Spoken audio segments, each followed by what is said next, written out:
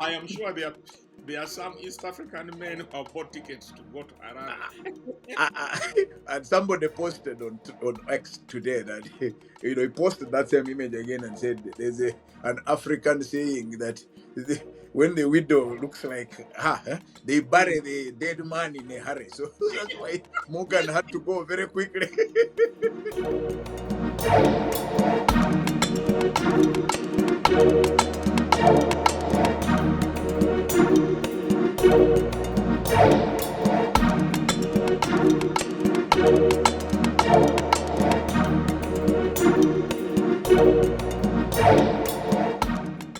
Welcome to this week's edition of the Bad Natives podcast. With me in Nairobi, Charles Anyango Obo.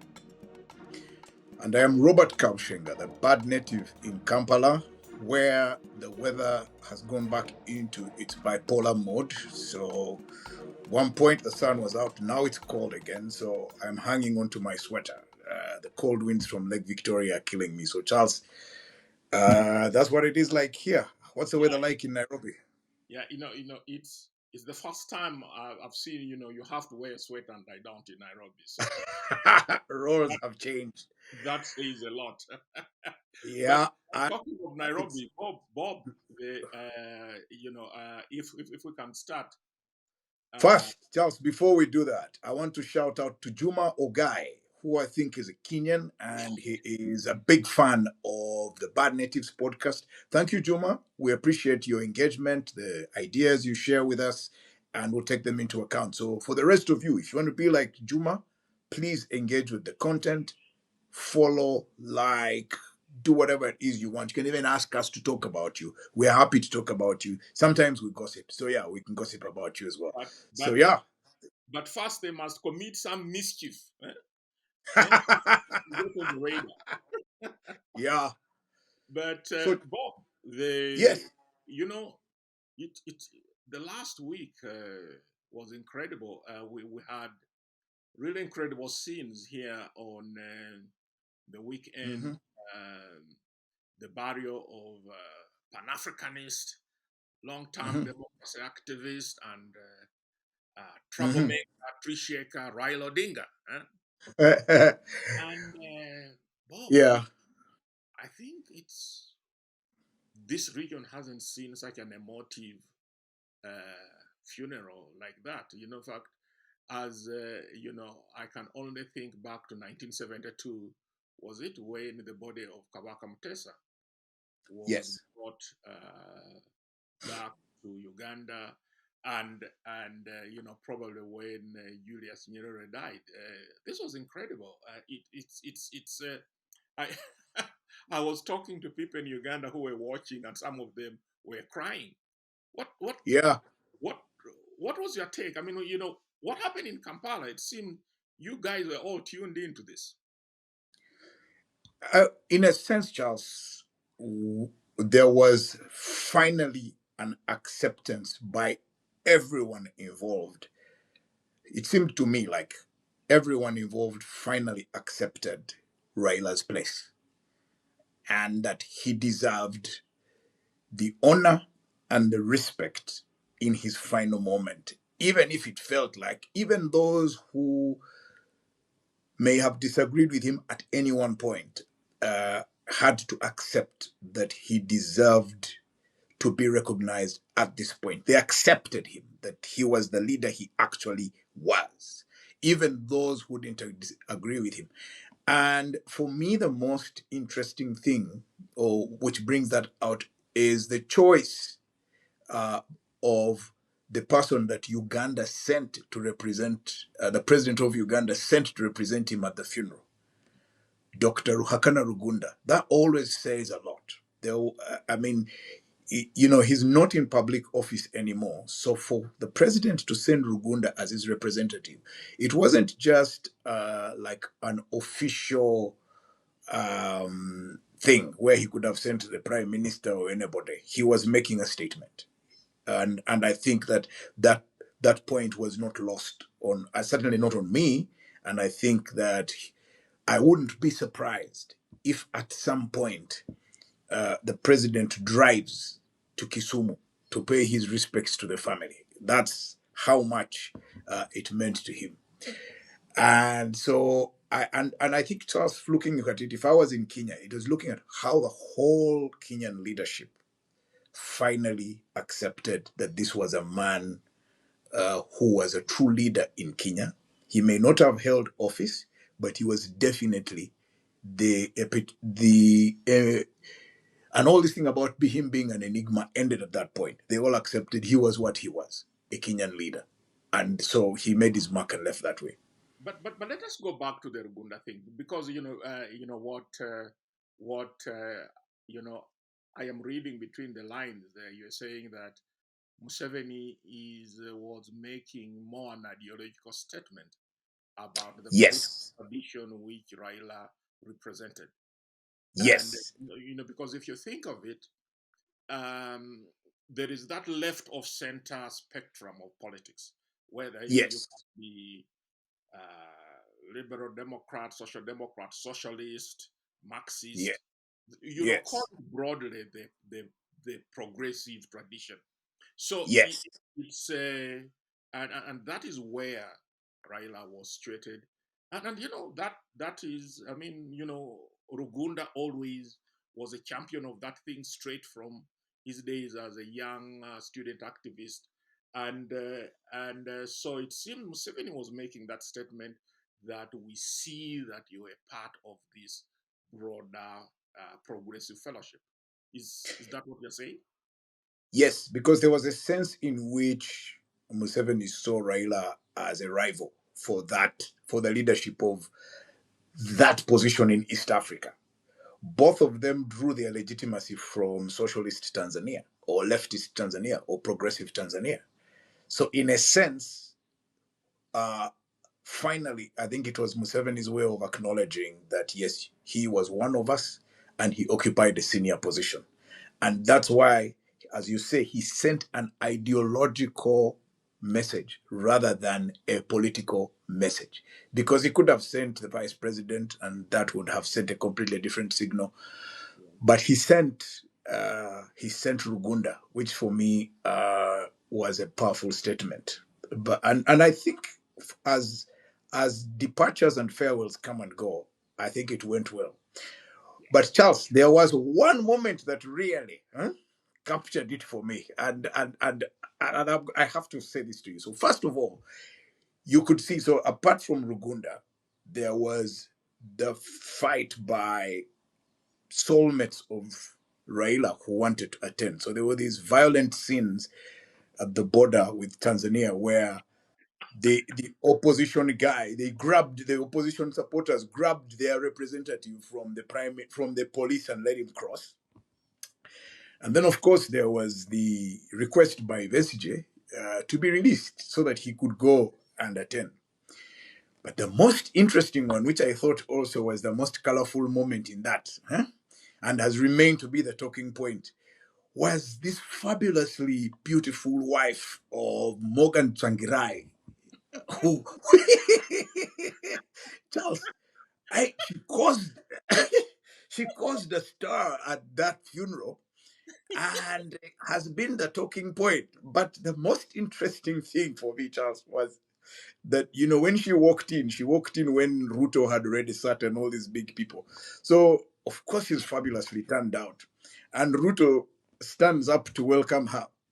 So then Kindiki is unsure. He first stands up, then he has this funny look at her behind. So the meme on social media, Charles, is why was Kindiki standing up? And, and, and for me, in my cheeky mind, I was like, he's standing up in more ways than one. I can understand his situation.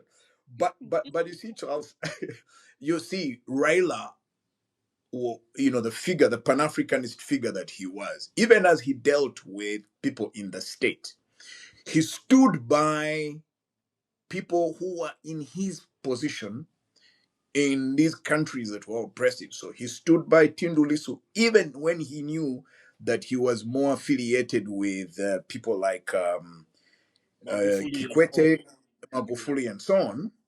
yeah. In Zimbabwe, he stood by Morgan Tsvangirai.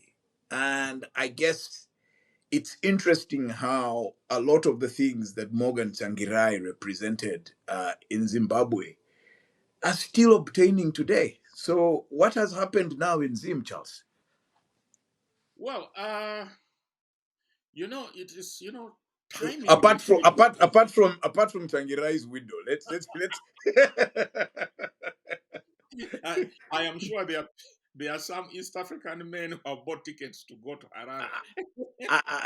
And somebody posted on X today that he posted that same image again and said there's an African saying that when the widow looks like her, they bury the dead man in a hurry. So that's why Morgan Yes, had to go very quickly. Yes, but what has but happened in them? you see, because as I was saying, they say timing is everything. Something Yeah, really horrible just happened in Zimbabwe. We are yeah, having the Gen Z protests in Madagascar mhm, that yes, just toppled a government yeah, where the soldiers yeah, refused to shoot on the people and join them. yeah, And so, what has the ruling ZANU PF done? They hmm have resolved, and they have the numbers, so they are going to do it. They are going to extend President Morgan, sorry, Emerson Mnangagwa's term to 2030 because he is supposed to, he was scheduled to stand down in 2028. hmm So because they are making it to 2030, mm, it means that they're just going to give him bonus 2 years. They're not going to have election. They're not like extending his term. They're just going to mm, add 2 years to 2030. mm, And mm. so it's how tone deaf can you be that in your Southern African neighborhood, which is as restless as it is, that you can do something like that when where and you are followed Zimbabwe closely. How can Mm. Zambia be so tone deaf? How can they not Charles, get it? Charles, I am of two completely opposed minds on this. Almost you're probably going to accuse me of either being bipolar or being absolutely philosophical.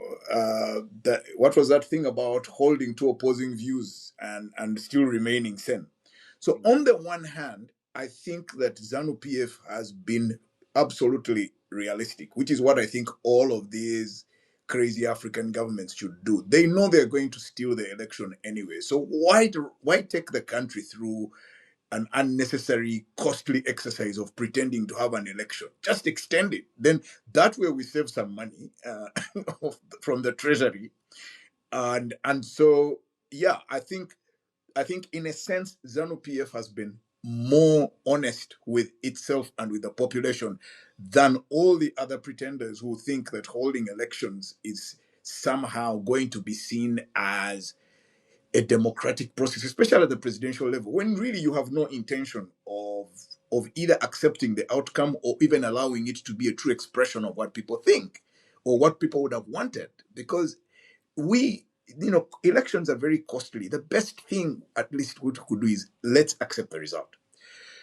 But that aside, I then also agree with you that there is a sense in which uh, parties, especially the ones that I say are from the liberation tradition, ZANU PF, Frelimo, CCM now in Tanzania, you could even say NRM in Uganda. ANC seems to be going through a totally different process as a result of this.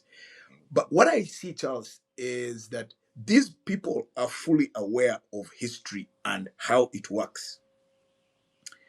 But they have decided that they are going to try and avoid the fate of history, what history is imposing on them. And ZANU PF is behaving as if it has sidestepped an inevitable outcome because they know that in a coming election in which Mnangagwa stands, they will lose. That's for sure. Now, they would have to subject the country to an immense amount of violence to maintain a Mnangagwa presidency. But I also get the sense, and it would have been great if we could have gotten hold of someone like Hopewell to tell us. yeah. I get the sense that they are suffering the Cameroon problem. There is no consensus within ZANU PF as to who should lead them to the next election. I think there is a split between the Mnangagwa faction and elements of the Chiwenga faction, and that Chiwenga may not yet be quite ready to take on Mnangagwa directly. But also, you don't get the sense that below them there is a momentum that will bring forth an alternative person to run. So you postpone the inevitable by refusing to face the hour of reckoning, Charles. So, and I think that that, for me, is what would explain the behavior of ZANU PF. These guys are not, they're not idiots. They know exactly, and they have the tools of analysis. They know exactly what is happening, but in their mind of minds, I think they are hoping that by doing this, they can avoid facing a certain outcome. But also, I think they're hoping that they can delay it until a time when they are more ready to face it. That's my reading of such a situation. But but but Bob, actually, it isn't as if Chiwenga is not ready, because what we are seeing Mhm. is, I think you are right that there is a split, Mhm. and there is a conflict, because we have had, kind of in the last 1.5 years, we have Mhm. had reports of coups in Mhm. in Zimbabwe. We have had reports of Chiwenga ousting Mnangagwa. We have had reports of Mnangagwa arresting Chiwenga, and the two of them are not getting along. And I think if Chiwenga didn't have the history with the party, if he didn't Mhm. have the kind of links he has with the army, probably Mnangagwa would have done to him what Museveni did to Amama Mbabazi. So that there is actually a sense of crisis in the party, Mhm. and you would have thought uh, that Mnangagwa would draw on the lessons of how he himself came to power, because what he's doing to Chiwenga now is Mhm. what Mugabe tried to do to him, and it backfired. Yes, but so I think the first mistake that Chiwenga made was to hesitate. I mean, eh, yeah, he hesitated, and he hesitated twice. First, he should have overthrown Mugabe without the the other circus they were going through. Of I'll never forget the word that Mugabe used when he was addressing the press, the vicissitudes. Mugabe's language was always rich. so so so that was his first. He hesitated at that moment. He should have removed Mugabe with a certain resoluteness, pushed him aside. Then the second hesitation was for him to refuse to take over. He should have taken over immediately, because already Mnangagwa had earlier on showed signs of unwillingness to take power. So he should have taken the thing at that point. Now, the fact that he organized the thing and then handed it over to Mnangagwa allowed the Mnangagwa faction to reorganize and reestablish itself and become the primary driver of politics. So they took over ZANU PF and so on. And Chiwenga had this perfect opportunity to remake the Zimbabwean politics and be in charge of it in his own image. So he has only himself to blame for where he is today. And unfortunately, he has been removed from the military in a sense, because at that time he was in full command. Now he hasn't been commander of the army, and he also hasn't been commander in chief. So what does he do now? How does he rebuild? Again, here I would like to hear from somebody who is actually in Zim to tell us what would be on the ground, and that's where somebody like Hopewell would have been very useful. No, However, we should try and get Hopwell next week. Eh? I'll yes, get in touch with him, because yeah, because it would be it's good fascinating. to understand. Because how much you spoke of the politics of the liberation parties. Eh? Mhm. Are we actually seeing the beginning of the end? Mm, Mm. of the liberation parties. I mean, it might not happen 2, 3, 5 years, but really, in many ways, you begin to see that they have spent their capital. That No, Charles. probably No, there no, is no, less. no. Charles, Yeah, they just yeah. haven't. No, I'm saying they just haven't spent their capital. No, it's more than that. It's actually worse than that. They, yes, their business model no longer works. That's the whole point. And perhaps one of the greatest, uh, if not two or three, or the greatest illustrations of that. Let's even start in Angola. The fact, Charles, that today Angola is perhaps one of the most, I don't know what the word to use, but it is now an ally.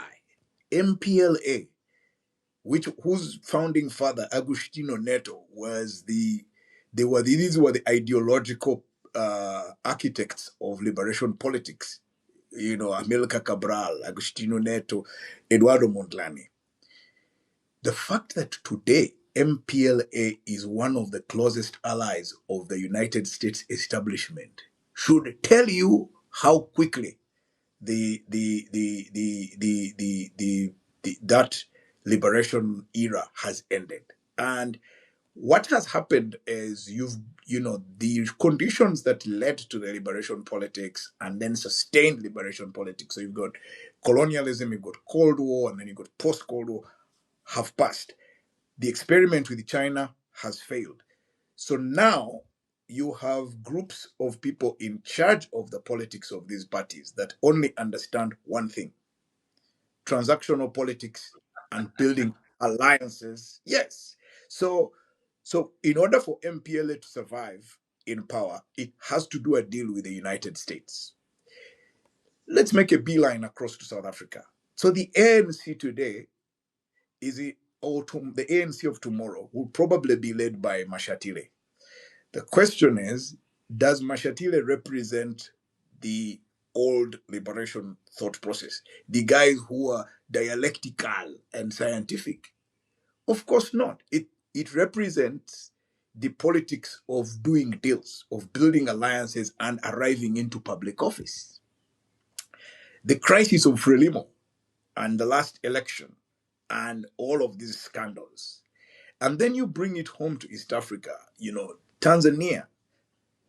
Who would have thought that Tanzanian election would not just be hugely contested in the manner in which it has been contested, but would be violent in the manner in which it is? So it's just now been reduced to a raw contest of power. It's no longer about the ideology, the Pan Africanism. And in a sense, Charles, if I was to go back, the passing of Raila is, in fact, perhaps the announcement of the end of the politics of ideology and of principle uh, as it stood then and as we knew it. But also, Charles, just the sheer growth of or emergence of a different demographic on the African continent means that liberation politics doesn't.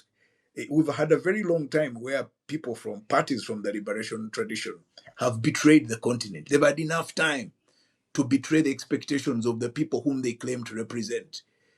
Whether it's South Africa and all the black people, or it is in these other countries where they are supposed to be providing a better deal, they've failed. And because they've failed, the new generations don't feel any sense of attachment and they don't even relate to all of this rhetoric about Pan Africanism and liberation and black people. No, no, no. I think the Well, questions about. Mm, now, actually, now that let me take you back to something you mentioned, and briefly. So mhm, South Africa.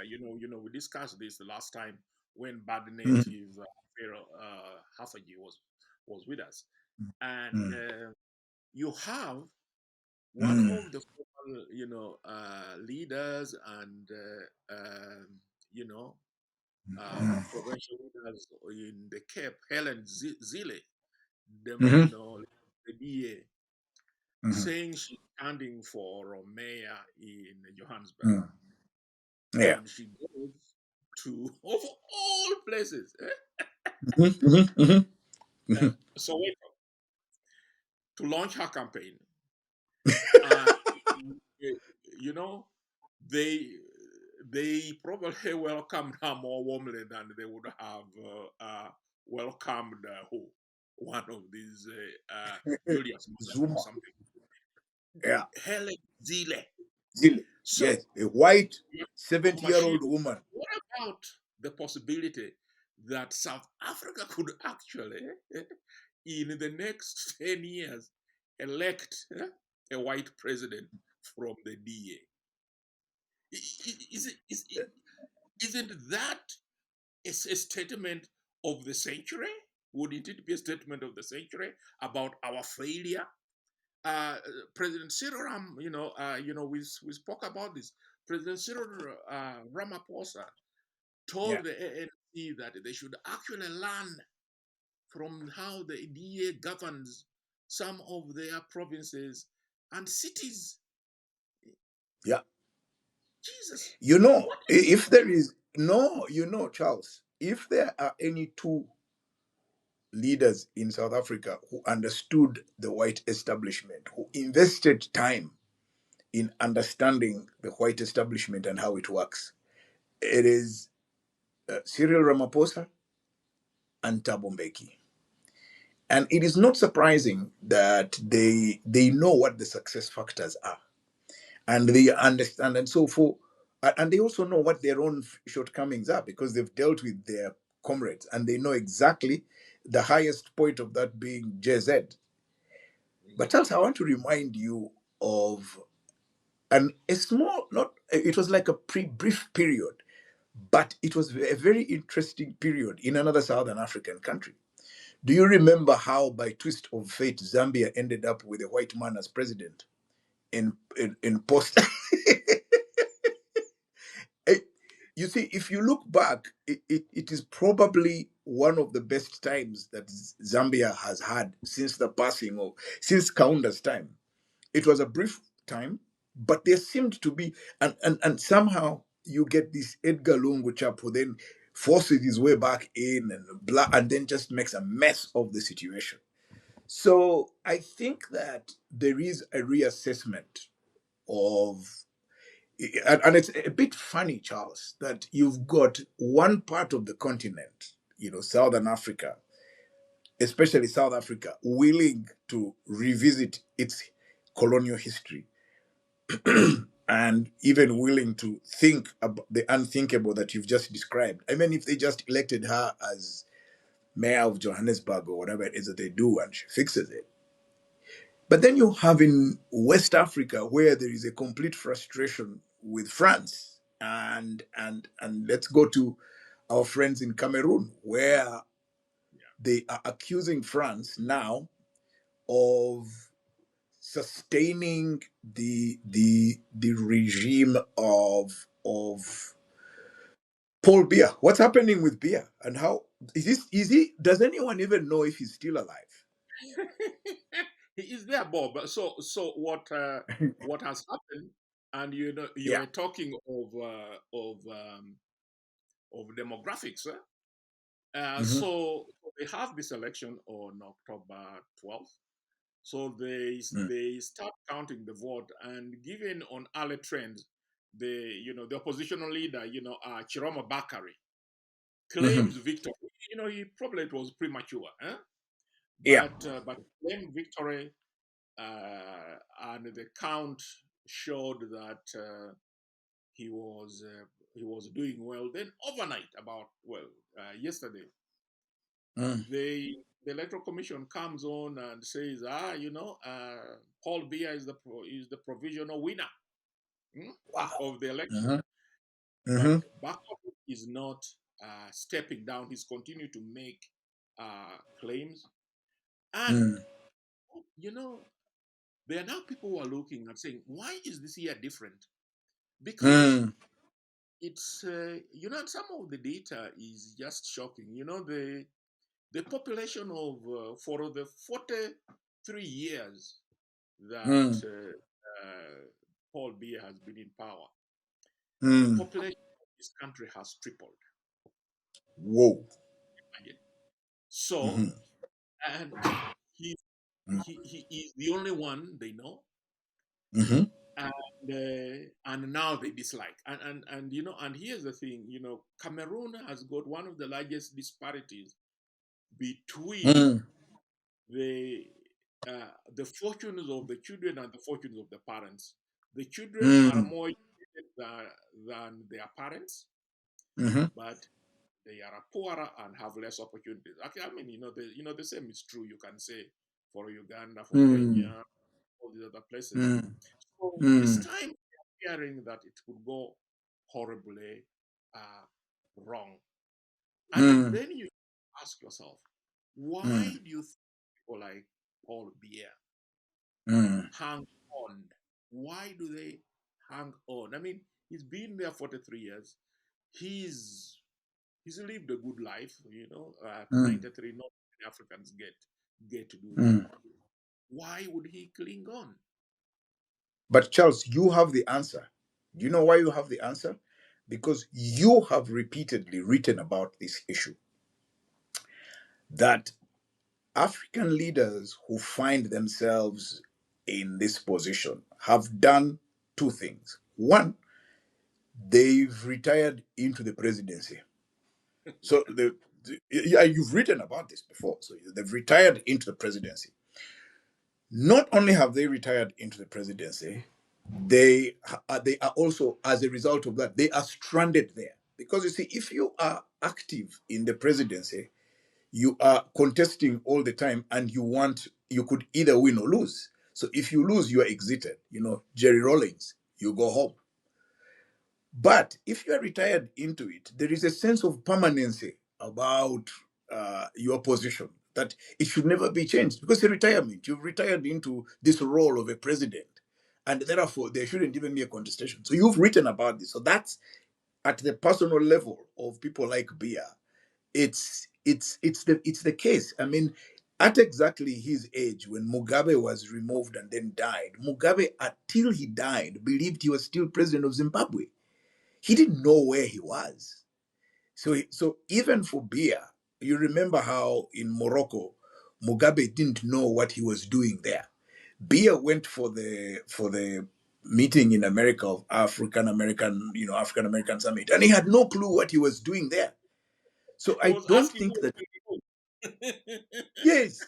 What am I supposed to do? So, Charles, people like that they're not even aware. I don't think Bia even knows what he is still doing as a human being. So, but the question that you raise, which I think asked differently, is what is the agenda of the people who want to sustain this fallacy? Why are they so invested and willing to do all of these ridiculous things like effigies and pretending that their leader still has vitality? It's because they have their own interests and they serve other interests. But Charles, let us first park it there. But let us also remind uh, guys who are listening and watching that in West Africa, the one of the problems that is acutely expressed in the Sahel but has been coming up in these other countries is that the current circumstances don't allow opportunity for young people. So what are young people doing? They're so frustrated, they're either resorting to migration into Europe, very perilous journey across the Sahara, or they're taking another perilous route, which is to get into armed a career in violence. So either as terrorists or as mercenaries in places of conflict, Chad, Sudan, those kinds of places. So, and that has cost one very important player its place on the African continent, and that's France. So the question that France has, and France has its own crisis at home. So, but the question that the establishment in Cameroon has to work out is, can they afford the departure of France? Because France apparently sustains the political establishment there and they serve whatever purpose that they serve.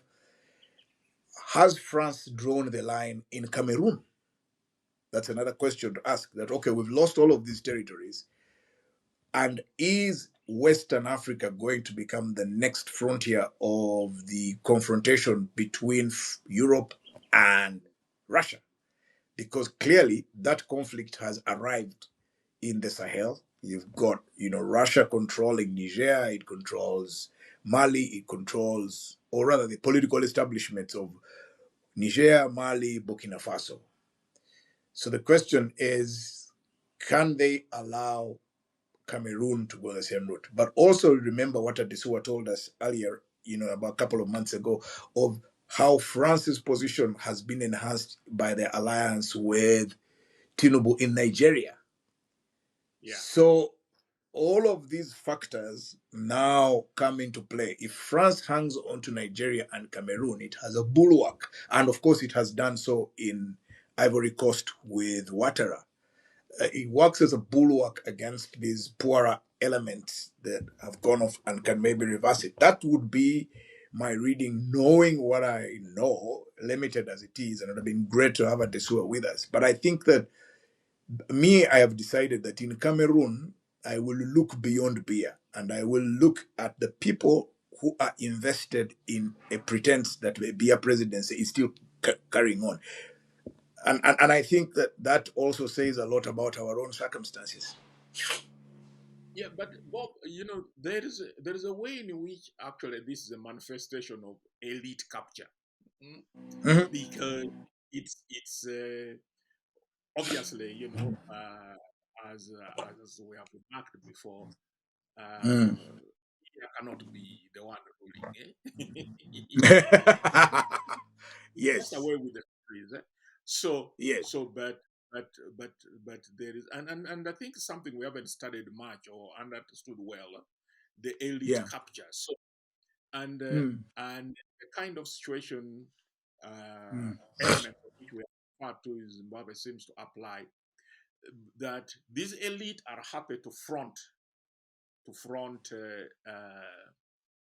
beer, because Mhm. it kind of absolves them of blame when they are behind the scenes, Yeah. looting, And doing their, accountability. yes, and accountability. But also it seems to be a sign that within that elite itself, Mm. because you have the factions are almost evenly matched. So Yes. because none They of still them can, there's a stalemate. yes, so there is a stalemate. So as long as the stalemate is, they say, let us keep this one here, huh, Mhm. until in the penalty game one of us gets more goals and wins. And Oh, I've oh, no, no, Charles. No, Charles, not a penalty game. How long can we extend the extra time? So we yes, play. We play until we play and see who gets tired first. which is what they are doing in Zimbabwe. Which is what they are doing in Yes. Zimbabwe. Yeah. But but But but mm, but it's but it goes to other, to the deeper questions. mhm, How can we really begin to safeguard mhm, constitutionalism and even these small spaces? Because whatever else, over the mhm, last 30 years, mm, they there are more Africans living in freedom than mhm, ever in history. Both, of mm, course, both in total number, but even as a percentage, mhm, the majority of African, actually in virtually all countries except in Eritrea, mm, the Africans elect their crooks and good guys, whatever it is, they elect them in however flawed elections.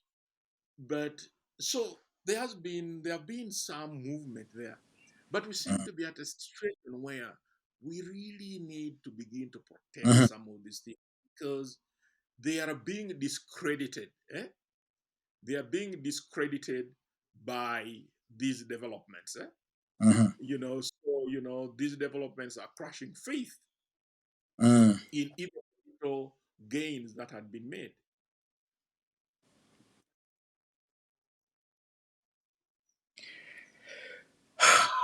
Charles, I even with all of this, I still insist on being optimistic, and here is why. The first place I want to give you an example of is the bad natives. You see, the mere fact that people like me and you can have the conversations that we have at both the technical level, in the sense that there is infrastructure that allows the nature and the kinds of conversations we're having, means that, as we used to say when we were diehard leftists on campus, the level of social consciousness uh, is, is, is much higher because the tools of conscientization are available, and it is possible for us for for us to mobilize like-minded people to think. And let's go a bit sideways, Charles, to something we've both touched elsewhere. That is the interesting book of Professor Mahmoud Mamdani. The fact Yes. that the book has come out, we all have read it, and the book is Slow Poison. The fact that we it has been read, it's been passed around, people are buying it, we're discussing it, and nobody is being killed is a plus. Number two, the fact that such a book could be written at all and even published and shared is major, major progress, because it means that we're living in completely different times. So, so in a sense, although it looks like it is not uh, optimistic, or it looks like all of these things are happening, I think that the mere fact that those kinds of examples, that the fact of an exchange, I mean, you could see the engagement by the African continent with the passing of Raila Odinga. The African continent is engaging actively with Paul Biya's election in Cameroon, or the fact that uh, the African continent continues to have these cross-cutting social demographic conversations. It goes a long way to sustain the civic awareness, if I may put it that way, and it's that level of civic awareness that uh, helps the continent to maintain its constitutional tradition. So, Charles, in terms of therefore what we need to do to protect these spaces is, first of all, people underestimate this, but talking is a major part of ensuring that certain sections that would be retrogressive, that would be reactionary, don't win the argument. Even if there is a minority that still argues against these things, it is good. And that's why perhaps one of the best things that ever happened in Uganda was that at the height of the political disagreements, there were people courageous enough and willing to write minority reports and say, no, no, no, this is not correct. So, yes, uh, uh, interestingly, if you look at Uganda and if you brought back some of the people to life, like Eria Kategaya or like Wapakabulo, and they came back to life, they would not recognize their party today. It's completely unrecognizable. so, so, but it doesn't mean that people of that nature, of that ideological persuasion, don't continue to talk. And that's why I said that, a book like Slow Poison, as written by Mahmoud Mamdani, reminds us of where we were before. And, but Charles, I want to take you to, with another issue which I think we could touch on very quickly, which is also an illustration of the crisis facing the elite on the continent, is an area we rarely ever touch, which is the church. And here we are talking about the the what is called the Anglican Communion or the Anglican Church. That is the people whose faith or whose religious beliefs on the continent draw from the English or the Anglican Yeah. Christian Protestant Church and its administrative structures, a lot of it driven by British colonialism. Uh, they've taken a bold step in Canterbury. One which they couldn't take before. They couldn't elect or appoint the Ugandan Bishop Sentamu, who was the person who should have been. They couldn't bring themselves to bringing an African to be their head, but they've chosen a woman. What has that done, from what you know, for the religious elite on the African continent from a British tradition? You see, they elected Sarah Malala as, Yeah. basically to lead the church. And Mhm. so they are two things in the middle. I think the African Anglicans have a What a problem with way! What a misnomer! But God. yeah, they seem to have a problem with the woman leading the church. But Yeah. also, she has very, very liberal views on Mm. same-sex marriages and and things like that, which of course the very conservative African churches and both Anglican and Catholic have a problem with. So now there is something they Mm. call the Global Anglican Futures Conference, Mhm. which I think in a meeting out of Kigali a few days ago, they basically announced, and they are the more orthodox, the old values. They have announced that basically they are breaking links with the church and all its tradition. They will not be part of the Lambeth conferences.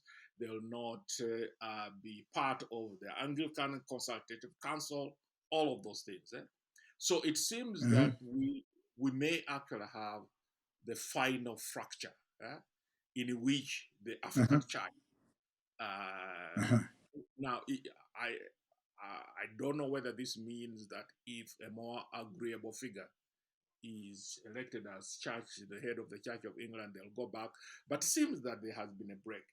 But it presents a problem, Bob, because you Mhm. ask yourself two things. In a Mhm. way, one can understand how things like same-sex marriages could be, a little bit too far ahead for the the leadership of the Anglican and Catholic churches in Africa. But Mhm. it's like the thing with the politics. The world has moved Mhm. on. Really, you can't. Do you actually see that a world where your view is that women can't lead the church? Do you think that that has a future? Do you think that a world in which people stick to a very, very monolithic view of sexuality, it has a place? Look 10 years down the road. Where will you be? Where will your congregants come from? Charles, for me, I have decided I will not look to England to understand that crisis. I will look here in Africa to what has happened to the church or religion as to examine their current crisis. In a sense, I want to argue, Charles, that especially for what is generally described as the Protestant church, it's a crisis of existence and it is a self serving thing for them to blame people elsewhere for their existential crisis. So the traditional uh, Protestant church in Africa has faced an assault on two sides. The first one is that the Pentecostal tradition is taking away significant portions of their following. So, although there's this general thing about how Christianity is growing in Africa, it is growing faster and from the younger demographics on the Pentecostal side. The traditional churches are not growing. I think our generation is the last of the people that they will have as part of their congregation. So even they are faced with a crisis of existence on that front. So they've got this huge assault coming from the Pentecostals who I have a think I've totally lost you different there. business model and they're making a fortune out of doing that and they're not going to stop. Now, on the other side of this divide, you've got the state, which has shared interests. So you have political actors in the state that have shared power interests with the established churches. And the established churches feel or think that they will be protected from their fate by allying with the state. But also, they are now increasingly dependent on the state for their economic sustenance because they cannot afford uh, to sustain these huge establishments anymore. So every time a bishop is elected in Uganda, for instance, the state has to give a car, and then they're always talking to the state or with the state about the kind of economic support that they need from the state in order to exist. So over time, what we're witnessing is a growing transactional relationship between the established church, particularly the Protestant stroke Anglican church, and the state. The elites in both establishments now see how much they need each other for their own survival. Yeah, so Charles, I guess back to the real answer to the question that you raised, that for the elites, both in the church establishment and the political establishment, there's now a shared need to survive. While the church will give some legitimacy and acceptance to the political establishment is now making sure that the church doesn't suffer economically. So it gives them some money. So there is a shared sense in which these two need to survive each other.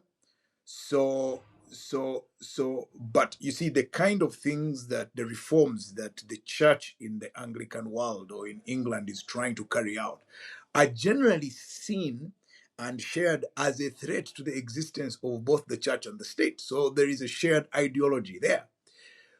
But there is also a shared behavior, Charles, by these elites. Both of them are actually corrupt. And so you've got Yes, you see this, particularly with the Protestant church in Uganda or the Anglican so-called Church of Uganda. You've got reverends that are taking money from the church because they have these families that they need to sustain. They've acquired these consumerist lifestyles that are so expensive that the state needs to finance, so they need to take money out. That's why they're perpetually fundraising to construct churches that don't exist. We've got fights over who should become the bishop. So that type of behavior means that they're not it's not about principle. It's about maintaining the status of these individuals, and so the state has also seen the usefulness and the weaknesses these guys have. They've captured them. So in a sense, the contradictions of the state with the British seems to have arrived in the church. So personally, for me, I don't have much faith in, even if they choose to go their own way. Actually, the African Protestant church might suffer a much quicker death than the Church of England, because the Church of England is now fully aware of the threats that face it and it's adjusting. Our churches can't adjust. The Pentecostals have finished them. The state is going to take up the of what is left. But that's what it is, Charles.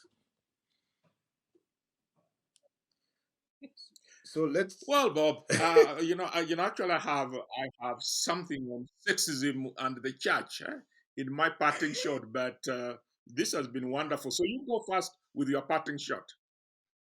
Well, my parting shot should have come. So there are two things, two little stories. So first of all, I don't remember if I said this, but just watching two races involving two elite Ugandans, Kiplimo in Chicago and Joshua Cheptegei in Amsterdam. And Charles, I couldn't help but think about the importance of timing when you are making critical decisions. I get the sense that Joshua Cheptegei may have waited a bit too long to transition into marathons. And now he's having to start rather late, but then you've got the perfect timing of Kiplimo, who is just entering his prime. And between them, there is 2 minutes. If it had been the other way around, you'd have said Kiplimo will close the gap. The person who has the greatest chance of improving is Kiplimo. Joshua may have passed his prime. So I couldn't help but think of the lesson of life that how do you choose when, how do you know when it is time? So that is one. The Yeah, big, the big question, eh? it is such a big question that sometimes we get delayed in our current glory that we forget to choose when to exit to the next phase. All of these African leaders we've been talking about should have watched. That's a good landing point for the two. The other one, Charles, was this weird little story of three Africans in a forest in the UK where they had decided to set up a kingdom. Yeah, yes, And in they were, Scotland.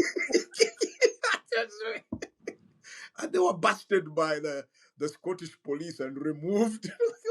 I don't know what's wrong with us, Charles. It was, Anyway, no, over to you. it was a very interesting critique of colonialism, actually. Eh? Because that's what they did when they came here. Yeah, they discovered the kingdom, and I was like, this is okay. There we go. Anyway, over to you, man. Yeah, Bob, they are, we're talking earlier of, about, there's an AI conference which is coming to Kampala. I hope it succeeds. October Yeah. 30th, 31st, very big, Hmm. Africa's biggest AI conference. But I was reading about just the use of AI. So the guys are saying that these NGOs and even the UN. You Hmm. see, those days they would go and take pictures of famine and people who are sick and hungry. But now they are using AI images, Oh my goodness. and Oh my. the the UN used AI images of sexual violence. Wow. Can you imagine? The So UN. when the Guardian newspaper called them and said, "What the hell is this? Are you people doing?" So they took it down. But it's very interesting Wow. because that means you can actually change the reality. You can make a famine worse than it is. You can or you can underplay it. So it is very interesting that the NGO have No, got it AI business this way. Charles, it redefines, it gives a whole new meaning to the phrase alternative universe. And I Yeah. think a lot of people, So, uh, so um, then, more but than the ever, other one, we go back to religion. There is the largest lake in Ethiopia is Lake Tana. yes. And it has got many islands. Uh, it's a very algae-filled lake, and so it's not much used. So there Hmm. are two main islands, Dek and Daga, Hmm.